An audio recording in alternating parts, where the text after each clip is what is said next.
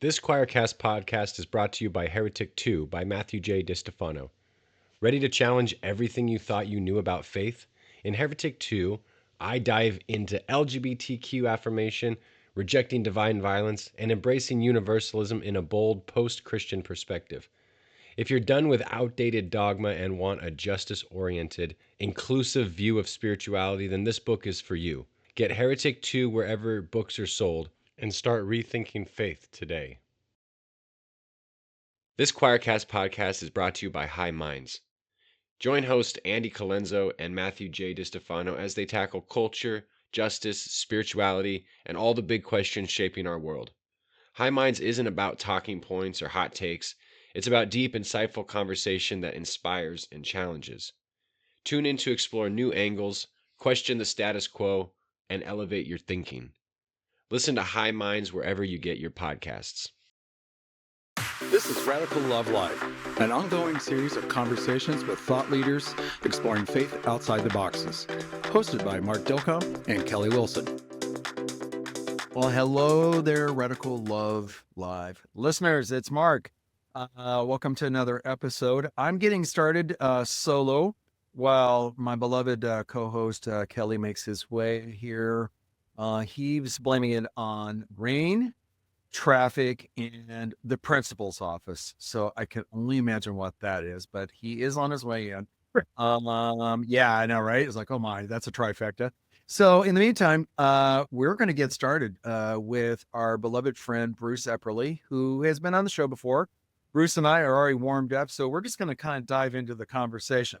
So I am going to tee this up a bit. Now, Bruce, as I was just saying to you, we're going to go a little long on this one. And for our listeners, this is going to be a new format that we're going to try with Bruce's episode and our other guests going forward, where we're going to record extended episodes and then actually cut them into two. So we'll still keep a weekly cadence. But what we're finding is that these conversations we get into, which is going to happen today with Bruce, I'm sure that when we put a unnatural time constraint on us, then we don't get to really to the heart of the matter, shall we say. So Bruce, let's let this baby rip. I need an extension already, so let's start. So first of all, my beloved friend, it's good to have you back. What have you been, you're such a prolific writer. You're always up to something. You're busy at, are you retired? Well, I think that people like me love their work. Okay. And what I have done is do the things I want to do now. I like to preach. I like to teach. I like to write. I do those things. If somebody asks me to do them, I almost always say yes. And, I put a limit to what I do. I'm an active grandparent. I'm active in the community in my congregation.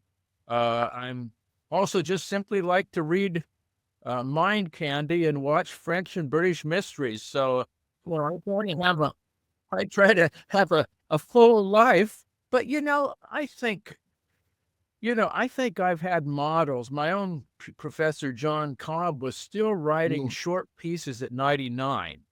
And I have no knowledge of how long I'm going to live. But I'm not going to waste the time of my life. I figure that especially these times call for perhaps some older scholars and older pastors who don't have to live under threat. We don't have to worry about tenure anymore. We don't have to worry about the congregation. We believe that our pensions will survive. We believe those things. So there's certain sets in which there's still a vocation.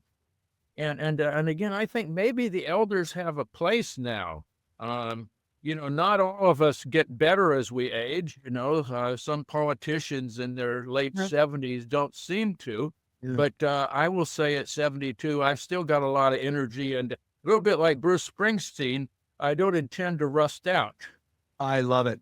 So Bruce, let's dive in right there. And you bring up something, and I think about this because being 61, and I think the work that I'm doing, and I shared here on the show and what we were just talking about, like I created this foundation a year ago, Divine All Along. I've got some other work. I'm creating a manifesto that I'm going to put out into the world, which is going to involve public speaking. And I'm thinking, okay, wait a minute. Whoa, stop. I am 60, 61 doing this shit. But yet, as you said, it's a vocation, it's a call, it's a passion, it's all of this. And I've got the energy. And I think what you're saying is that there's a need and an opportunity both for wisdom to be put out there. Now, why is it though? When you were younger, did you listen to your elders? Well, some of them, I respected them. I respected my professors, and I respected some of my pastoral leaders. I have a practice I do every morning on my morning walk, and because I try to avoid the traffic, even though I'm in the suburbs, I have to cross a busy street in Potomac, Maryland, which is basically right out of D.C. in Maryland.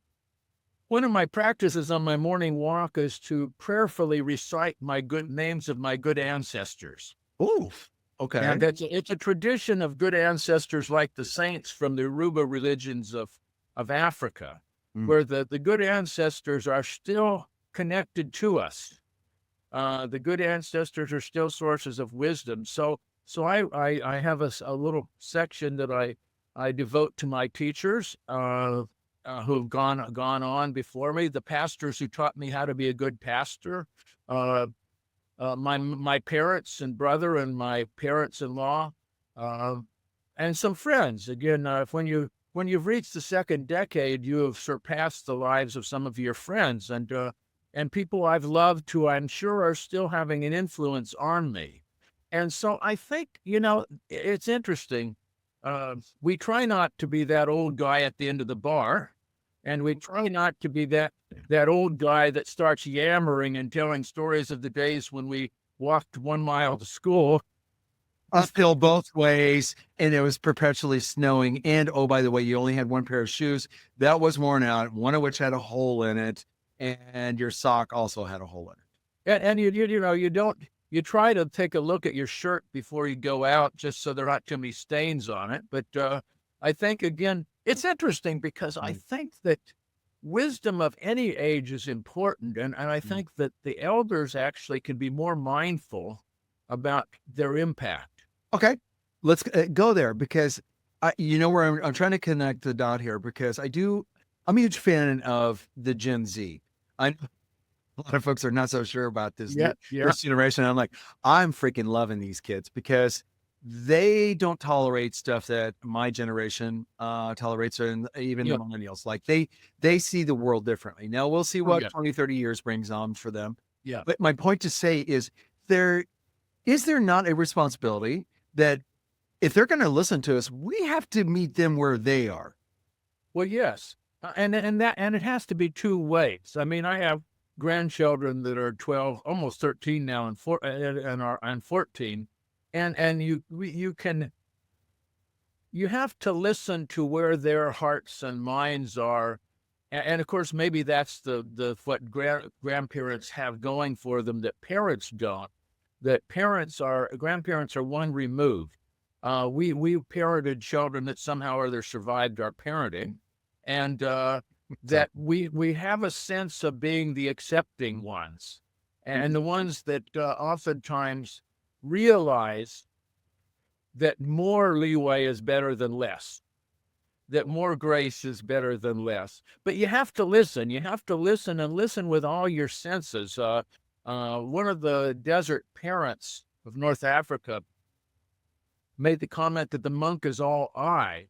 But I think all eye is not good enough. You have to be all sense. You have to, listen to people's movements and listen to their words, listen to their expressions, listen to their cadence, as it were. And certainly one of the least important things you can do is to, or actually most irrelevant things you do, is to create dialogues that don't relate to the present moment. I mean, or create problems that don't exist. Okay. I don't want to. Did you learn from your grandparents in this case, or other elders? Just in your own circumstances? My father. Yeah. My father was born in 1910, so I really never got to know any of my grandparents very well. Okay.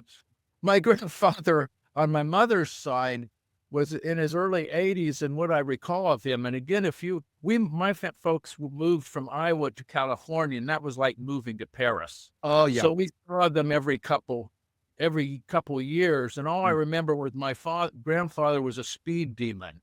I learned from my father after I got out of teenage years. I think I learned from my father. He was a very soft-spoken, decent, reflective Baptist pastor of a more evangelical streak. Mm. And, I think I learned, I kind of lived out in my own way some of his dreams. And there were elders, when I was in grad school. Of course, John Cobb was, who was one of my major professors, was only in his 50s, but we thought he was God in many ways, and he certainly shaped the world of modern theology. I think you can learn from anyone, and young and old. You have to be willing to learn. Yes, that's half of it. But I'm going to go back to what you were saying, because from my own personal perspective, the things that I learned from my grandparents, one of which was the one that I was always closest with and still am in my heart, she's my kindred spirit. Yes. Was my maternal grandmother, because she was so modern and so relevant to me.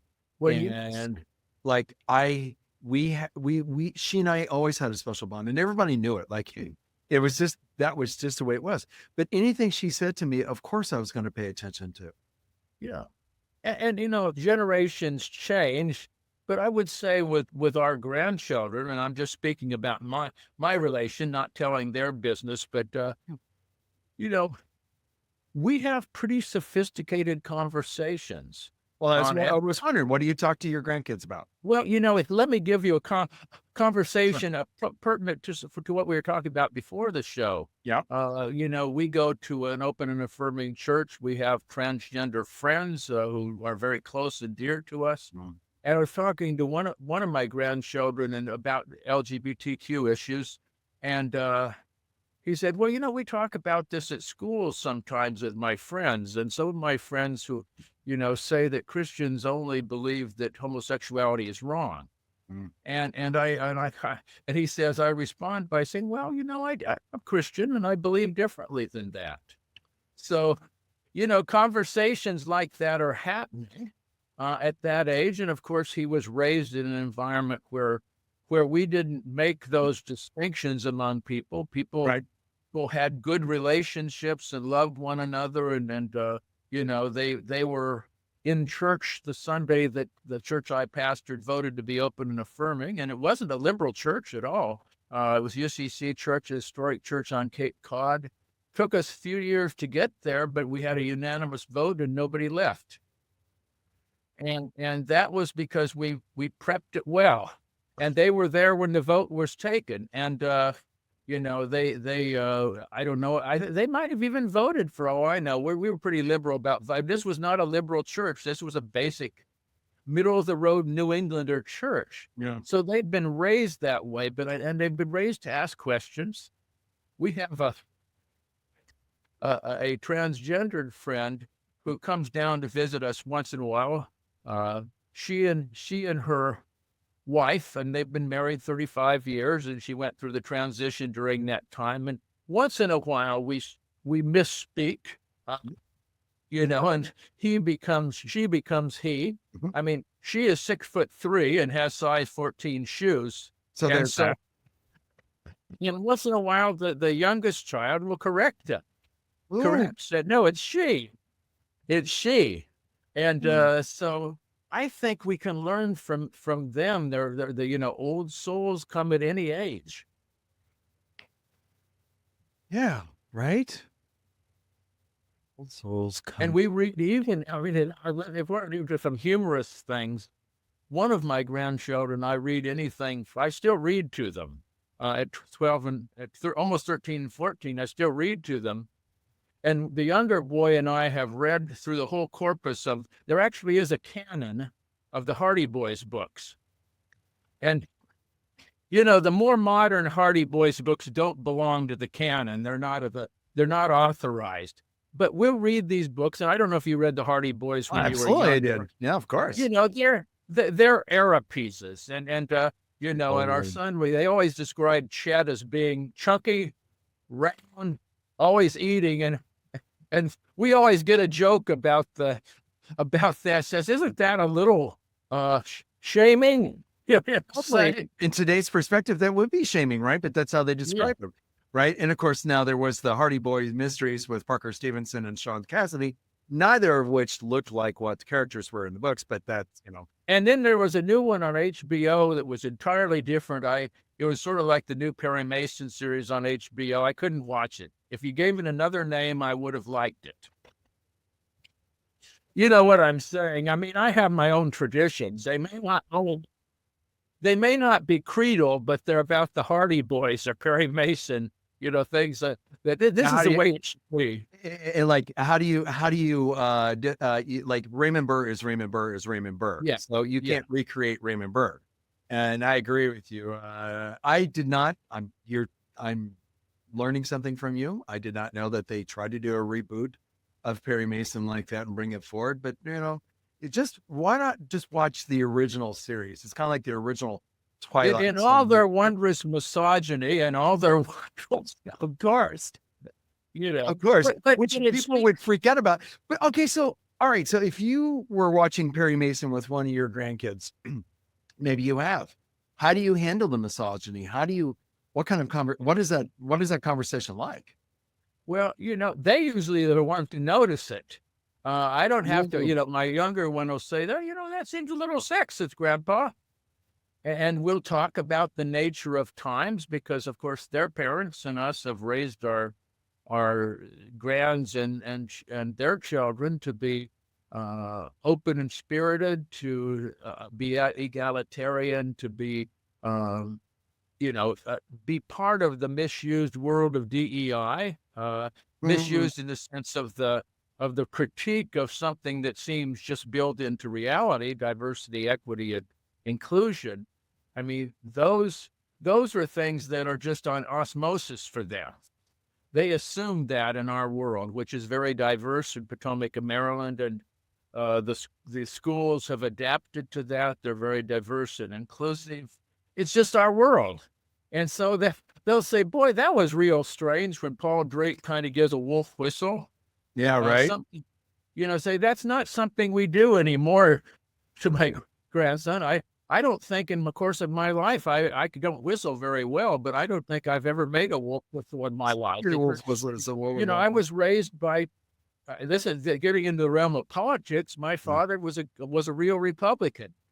He was a real Republican who belonged to the Rotary Club, who collected for the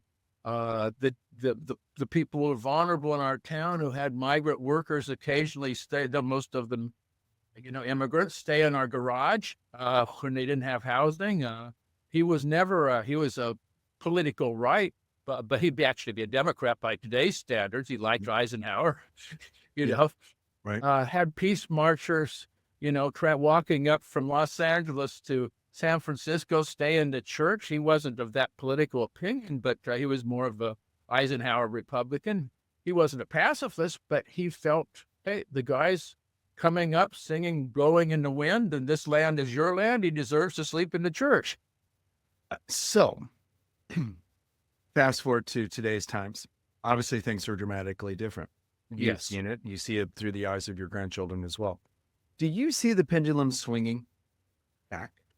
I don't know. I think we're so off the rocker right now that the pendulum, you know, a few weeks from now, somebody who has a broadcast on recovery and holistic medicine, they're Reiki masters. They do energy work. I do too. As a matter of fact, I've been a Reiki teacher and master for 30 years. All right. Do they know, folks, do you still practice? Oh, yes, every day. And it's part of my prayer life. But these folks invited me to talk. I'm going to talk about recovery because that's a big issue, how to recover the soul of the nation. I mean, the soul of the nation is on intensive care if there's such a thing as nations having souls, we aren't even in recovery yet. We're in the midst of the crisis now, and don't know which way is up as a nation, and don't know which way the wind's going to go as a nation. And even post-Trump, if things change, if we have a more progressive presidency and Congress in the future, it'll take years to return to what was seen as normative 6 months ago. So I'm going to lean on your age, your wisdom, your experience, all the above. So you've been on this planet for 72 years, right? You've done all this work in your life, right? Yeah, tried to. You tried to. Where was there a moment where you felt like there was a tipping point where things went from some sense of normalcy, some sense of goodness, some sense of soul for our country? Because yes, I believe we do have a collective soul, right? It's part of the oneness. Like, how can we not? So where did this soul sickness, what were the triggers that got us to this point? Because, it's one thing to demonize, and I know you're not. I'll be clear about that. I know you're not demonizing the current administration or any individual, because I know you see them as being a divine soul, just like what we all are, right? We're all to that. Yeah. But what happened? What was there something that you saw, or some of your peers and colleagues said, yeah, that was kind of the moment where things started to go this way? I can't give you any definitive except from a feeling perspective and from a theological perspective. Absolutely. Go for it. Even though I don't think it was fully intended, I think the Christian world began to change, or portions of it, during the Reagan era, when Reagan became the president of Christians. The conservative Christians began to see him as in some way a messianic figure. And then, of course, there was a sort of normalization among the Republicans till the time of W. And W, I think very intentionally, George W. Bush used religious imagery. He was an evangelical Christian. He did. He didn't claim to be messianic, but I recall people beginning to talk in the early 2000s of that, George W. had been chosen by God to be president, and it was almost as if he was divinely chosen by Jesus. Yes. Okay. So you're onto something. Did that happen with Reagan, where they thought that? Not in the same way. I think that Christianity is, in many ways, certain types of Christianity still had a sense of boundary between state and church. I mean, there were always some Christians that sort of fudge that boundary. I mean, I think the moral majority. I think the group of Christians that Tim Alberta talks about, beginning with the anti-abortion movement, beginning with the private school movement, reactions to civil rights, reactions to feminism and things like that. But I don't recall people talking about Reagan as God's chosen. And then, of course, somehow or other, Donald Trump got to be God's chosen. I know, right? Okay, so if we follow your lineage, so let's go back actually to, you mentioned Eisenhower, right? So he was then, and then we had Kennedy, LBJ, then we brought Nixon, and Nixon, I don't think anybody was saying he was messianic in any way. No. Then we had Gerald Ford, then we had Carter, then we get to, Reagan, right? The 8 years of Reagan. Then we had 8 years of Clinton, and then we had 8 years of W, and then we had Obama, and then we had Trump, and then we had Biden, and then we have Trump. So is there not a progression based on what you were just saying, because nobody looked at Eisenhower or Nixon as messianic, right? No. And I think that they didn't necessarily use the imagery. I mean, Nixon was, it is interesting, had sort of the great American religion. I don't care what religion you belong to, but go to church. All Yeah, right. And maybe was this in the when Billy Graham, of course, was really, yeah, really, that's really right. hitting a stride in the 60s and Yeah, 70s that coincided with yeah, Nixon's presidency. yes. Yeah. And I think that for Nixon and Kennedy, Kennedy, of course, had to distance himself from the church Absolutely. Oh, yeah, push uh, down the Catholicism. Absolutely. because he couldn't have been elected in 1960. There was still a sense that I remember this. I was 8 years old. If you vote for Kennedy, you'll never vote again. People actually said this Wow. because he'd be taking orders from the Pope, and so Wow. so Kennedy had to give his famous speech in which he disavowed any sort of pipeline from the Pope to himself. Nixon was just purely a pragmatist.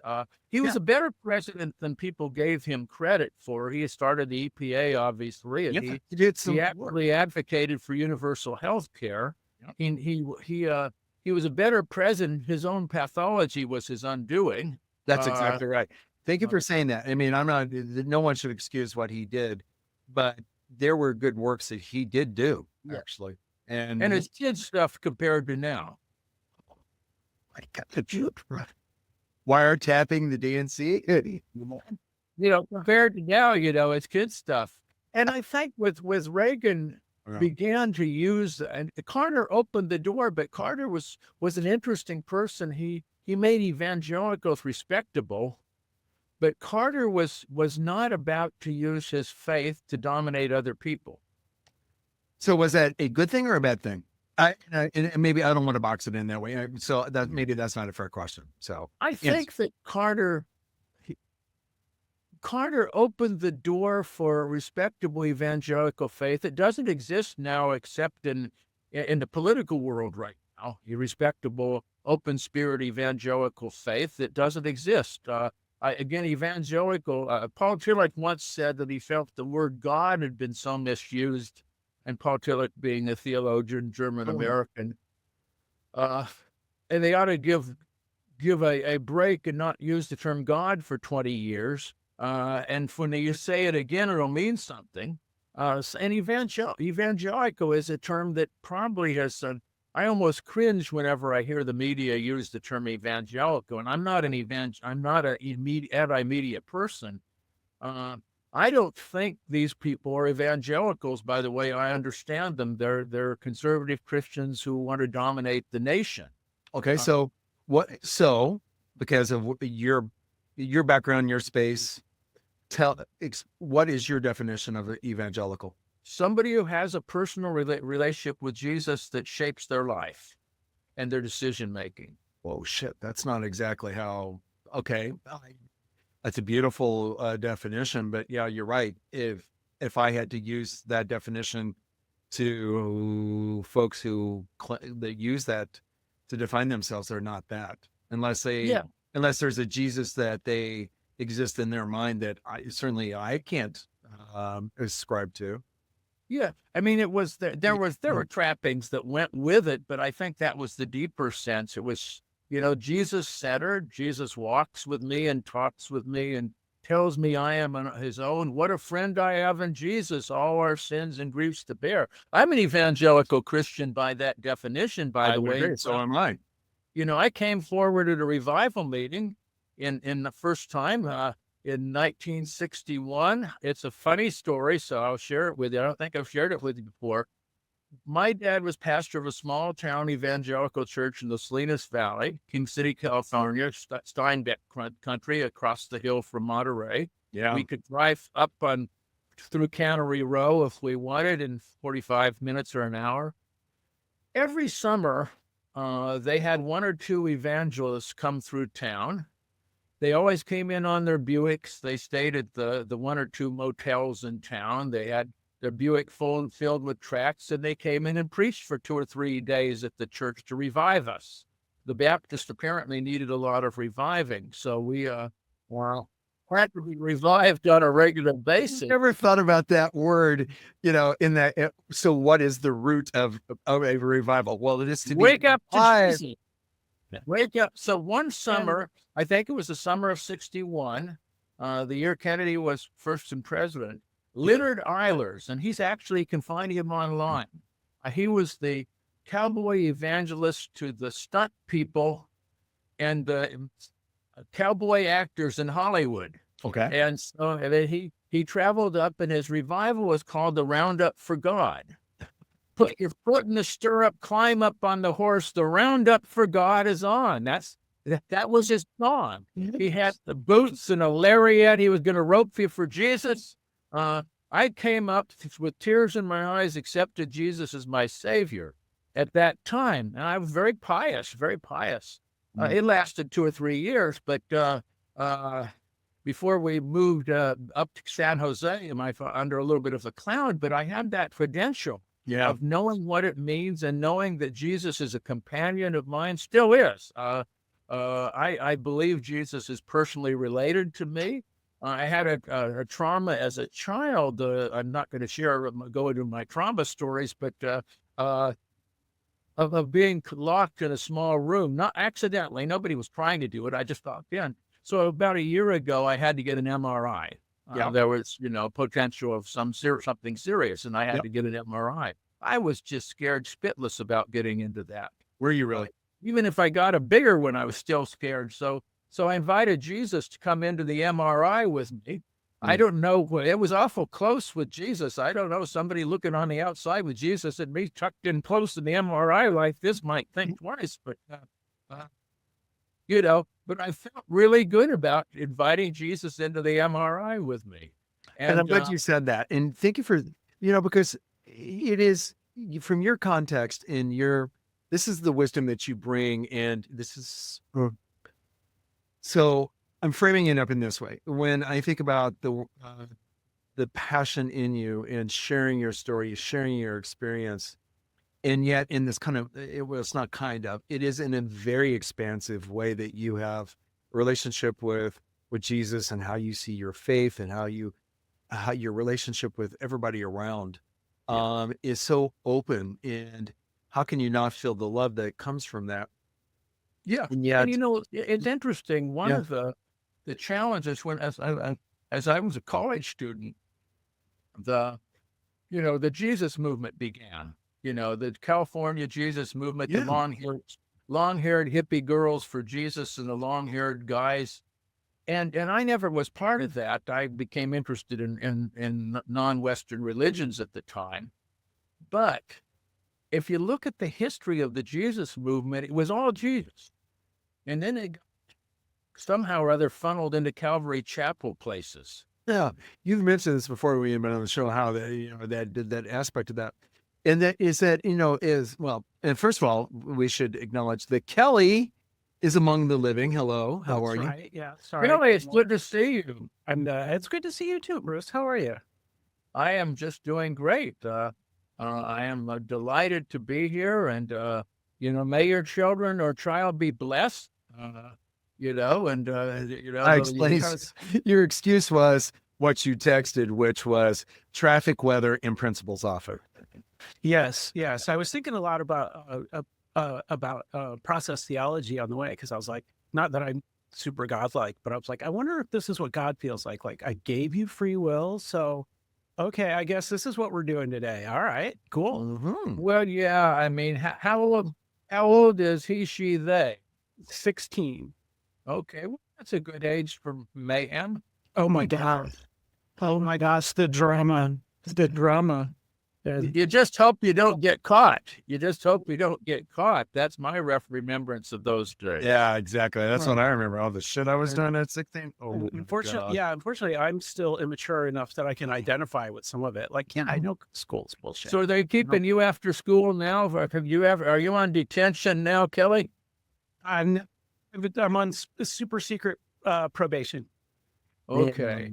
Yeah. You'll be on a mission for God like the Blues Brothers later on, perhaps. Mm-hmm. Well, so let's bring Kelly up to speed. So Bruce and I have been chit-chatting. We shared a little bit about, the question I had asked Bruce actually was, did he see a moment in time from his wisdom, his experience, where the soul of our country started to shift? And we were talking in context of presidents, starting with, if we looked at Eisenhower, then Nixon, the Republican presidents, getting to the point to where we are now with Trump, where he is, God put him there for a reason, right?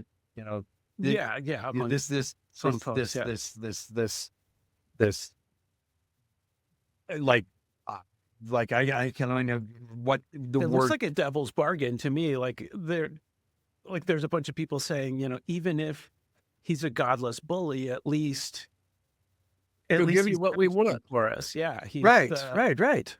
And so Bruce's point was the first time that it wasn't Reagan probably set that, but nobody looked at him as a messianic figure so much. But he certainly, they obviously looked at him and appealed to the church, but they didn't see him in the same way even as W, because that was the first time. Bruce's point was that was the first time that, he was put there by God and seeing him in that kind of role. And then, of course, what we see with Trump. So the godless Democrats, the godless communists became the godless Democrats. Yes, right. Right. It's all Right. It's all that sharing, that's. Yeah. And it's an interesting dynamic because Bush played with it a little bit.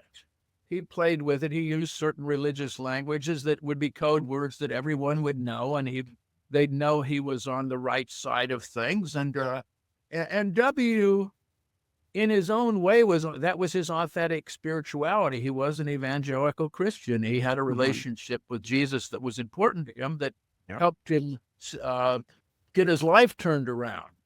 That is correct. Yes. And somehow or other, even though other people of faith ran in the Republican Party, the Republican, conservative Christian Republicans somehow or other anointed Trump. I'm not just talking about Paula White, who says if you go against Trump, you go against God. But the sense that he's been divinely appointed for this task, as he in the rotunda, his inaugural speech this past year, God saved my life so I could make America great. This is after the the bullet. So on January 20th, it was too cold for him to be outside, so they did the speech in the rotunda, and the Christians in the group applauded, that this was truly God's man for this time. And the extreme is Paula White, probably, who says that, if you say no to Trump, you say no to God. But in a way, theologically, it makes some sense. Okay. I think we talked a little bit about this last time, that Donald Trump is a small version of the God many people worship. He is vindictive, divisive, separates the sheep from the goats, narcissistic, has outsiders built into it. The God that, and Trump, in a way, is that kind of God, if you want to use that. Howard Thurman makes this wonderful comment, and Howard Thurman, the great African-American mystic, Bring it. says that, people still believe in God, and many of the gods they believe are bad gods. And if they're behaving badly, they must be worshiping a bad God. And I ponder that because, again, on the one hand, Donald Trump is the mini-me of a certain type of God. He's the one who would quite happily destroy every man, woman, and child in Jericho, and that seems to be not a God I could believe in, by the way. He also uses the symbolism. When he spoke in one of his speeches running for president, I am your retribution, he was speaking words that any conservative Christian there would have known what he means. He's the sword of God. Mine. Yeah, vengeance is mine. I am your retribution. And of course, I think one of the reasons that conservative Christians or fundamentalist Christians stick with Trump is the consequence of abandoning him. Now, that sounds strange, But remember, in all of the arguments, they seem to be yesterday's news now. But in the 80s and 70s, there were all these books written about creation science. You know, it was at the front burner. We should teach a 6-day creation, 8,000 year young Earth, something like that.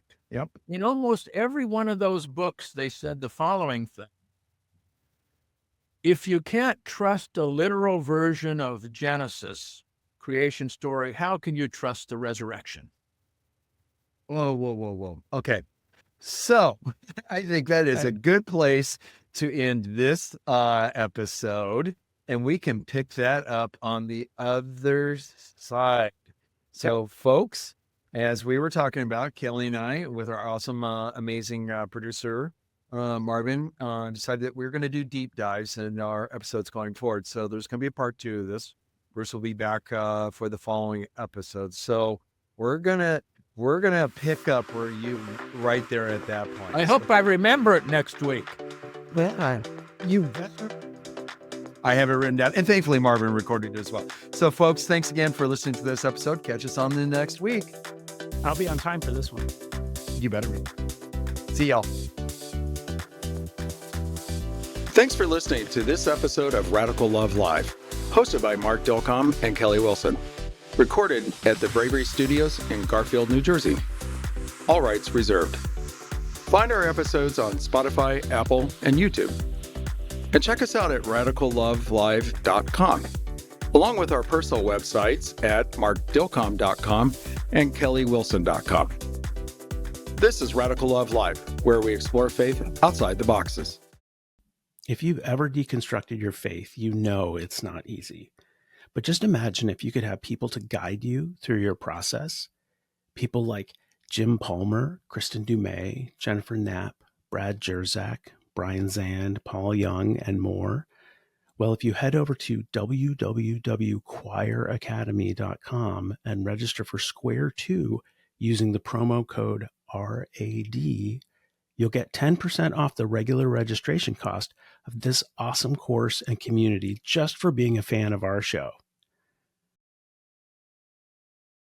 Embark on a journey to the heart of an isolated and restrictive island where secrets simmer beneath the surface.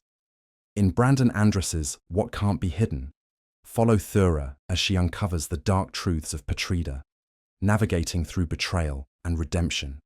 This tale of courage, love, and the quest for freedom will captivate you from the very first page. Get What Can't Be Hidden, available now from Choir Publishing. This Choircast podcast is brought to you by my book, Unless a Seed Falls to the Ground, Welcoming the Death of the Whiteness Gospel. I wrote this story as a plea for white Christian America to enter into a season of hospice spirituality, to recover from the cancerous lie that we can start over, be in charge, and recover some original purity of Christianity. One friend calls it a love story to the church, the United States, and the entire human family. It's available now on Amazon. Are you ready to embrace a deeper, more intentional way of living? Introducing Deep Calls to Deep, Meditations for Your Spiritual Journey, Volume 1 by Brandon Andrus. Deep Calls to Deep offers a 1.5 years of weekly meditations to inspire spiritual growth and guide you toward a more meaningful, embodied life. Order your copy today wherever books are sold and begin your journey into greater connection and purpose. Deep Calls to Deep. Let your soul awaken.